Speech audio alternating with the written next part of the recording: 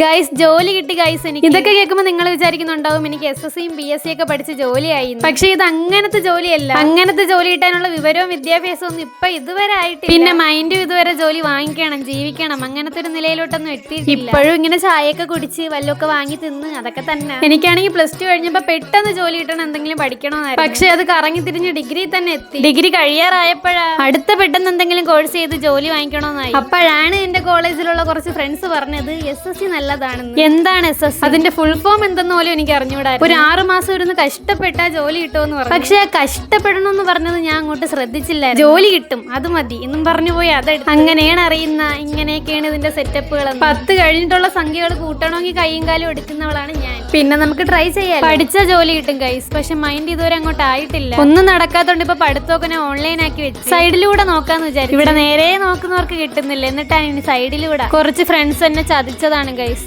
നോക്കാം. പക്ഷെ അവരും ഇതിനൊക്കെയാണ് പോണേന്ന് അറിഞ്ഞപ്പോ ഒരു മനസ്സുഖം. നമ്മൾ എവിടെ പോയാലും നമ്മളെ പോലെ ഒരാൾ കാണുമെന്ന് പറയും. അതാണിത്. പ്രായം വെച്ച് നമ്മളേന്ന് മൂത്തതാണെങ്കിലും മനസ്സ് വെച്ച് നമ്മളേന്ന് കുഞ്ഞാ. ഇവിടെ വർക്കിന് കയറിയിട്ട് കുറച്ച് ദിവസമൊക്കെ ആയിട്ടുള്ളെങ്കിലും എല്ലാവരുമായിട്ടൊക്കെ പെട്ടെന്ന് തന്നെ സെറ്റായി. പിന്നെ അമ്മുവും ഉണ്ട്. പിന്നെ എന്ത് വേണം, ഉടനെ പറഞ്ഞു വിടാനും അത് മതി. നമുക്കാണെങ്കിൽ ജോലിക്ക് കയറിയ ഒരു ഫീലൊന്നും അല്ല, മുമ്പത്തെ പോലെ തന്നെ വരുന്നു പോകും. ഒരു മാറ്റം ഉണ്ട് ഗൈസ്. നമുക്കിങ്ങനെ അങ്ങോട്ടും ഇങ്ങോട്ടും തേരാപാര നടക്കാൻ പറ്റുന്നില്ല. ഇന്ന് ഞാൻ അമ്മൂനെ ഒറ്റയ്ക്കാക്കി ബസ്സിലാണ് പോയത്. ട്രെയിനിൽ പോണേന്റെ ഒന്നും എനിക്ക് ബസ്സിൽ പോണതാണ് ഇഷ്ടം. ഇനിയിപ്പോ എത്ര ലേറ്റ് ആയാലും സൈഡ് സീറ്റ് കിട്ടുന്ന ബസ്സിലെ ഞാൻ കയറുള്ളൂ. അതുകൊണ്ട് ആദ്യം വന്ന ബസ്സിൽ അവിടെ നിന്നവരെയൊക്കെ കയറ്റി വിട്ടിട്ട് അടുത്ത ബസ്സിലാണ് ഞാൻ കയറിയത്. അതുകൊണ്ട് എന്താ വീടെത്തിയപ്പോ നല്ല ലേറ്റ് ആയി. അപ്പൊ ഇത്രയൊക്കെ ഉള്ളൂ. അപ്പൊ ഓക്കെ.